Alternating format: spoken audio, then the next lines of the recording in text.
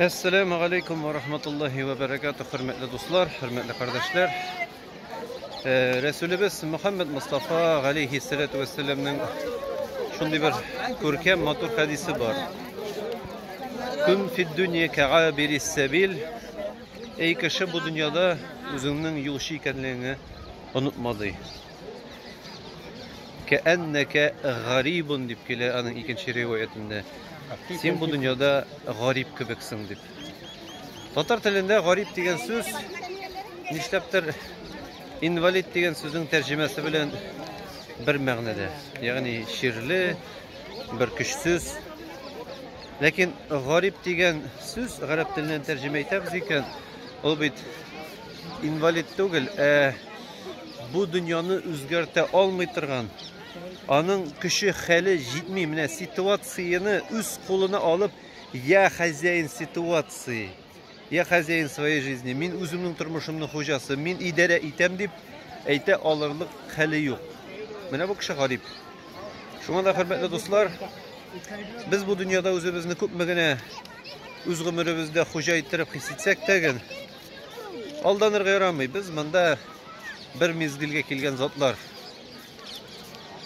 Şuna dagın İbn Ömer mine bu hadisini işitkeş gül üstep koya turgan bolgan şunday motor sözlerini esingizde kaldırıgız. Eğer sen dey kişke kadar yaşay aldın iken, mine şulay quyosh batkanını köre aldın iken, şatlanıp Allahu Teala'ga şükür et, hem bildi sende bir nindi garantiye yok. Garantiye yok nersege? Erten uyanırmın degenge.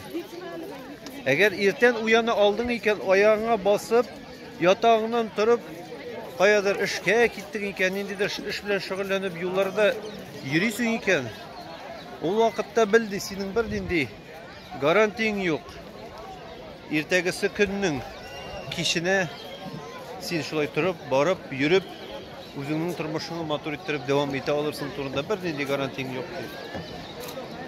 Hem indi üstep koya, hem bildi, hürmetli dostum dey.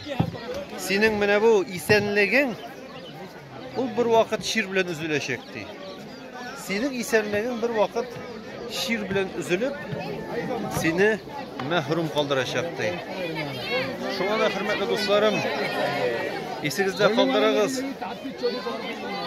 Bugün biz şiverler, bugün biz motorlar, bugün bizden kulda güç, akşa, hel, derece var.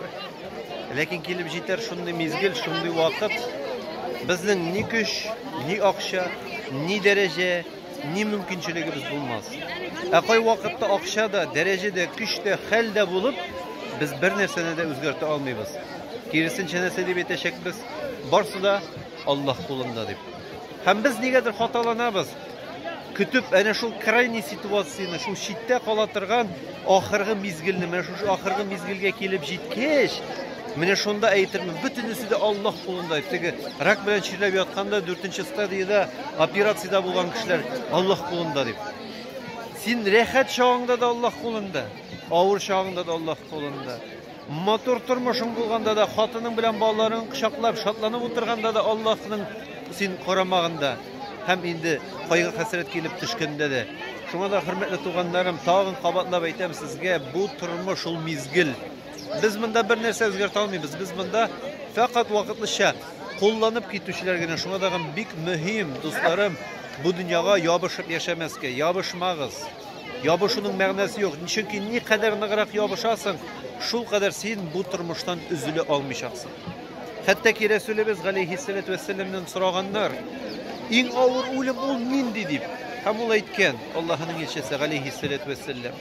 Eğer kişi de bu turmuşka şul kadar canı bilen, teni bilen yabışıp yaşay iken deyip, o vakitte mine neşek sarık jının tarak bilen tarap bulmaydı. Şulay yok indi kişinin degen canın ölüm firiştesi tenden çıkarganda intiktirip jafalap çıkaracak. Çünkü anın üzülesi kelmey. Kim de anladı bu turmuşta bulgan ömürünün vakitlice bir mezgil bulganın. O kişinin canı da jingil çıkacak. Hem bakıylıkka dagın ol bik jingil güçünüp bitirdi. Şuna hürmetli tuğanlarım, bir kimde bir nindi garantiyi yok. Ertege uyanabız mı, ertege ayakta olabız mı, yürüyübüz mü, yürümeyibiz mi? Biz Özübizni iň güçlü, iň derejeli zatlar gibi his etsek degen, biz şın barlykda dagan uzan birtigi. Biz uzan birtiklerine bu dünyada. Şuna dagan Allah Teala'ga şükür rahmetlerini aytip, ertegisi gün turunda dua kılıp, tevekkellep, matur ettirip yaşayıp, bu dünyaga nyk ettirip yabışmışa, Allah'ın mengiligi turunda tirenrek uylanıp, ömür ettirgen Rabbimiz Allah hemme bizge nasip kılsa idi. Bargızga dagın Taj Mahal'dan selam. Allah Teala selamlik, selametliklerin, sağlıkların hemmegizge nasip kılsın. Esselamu aleyküm.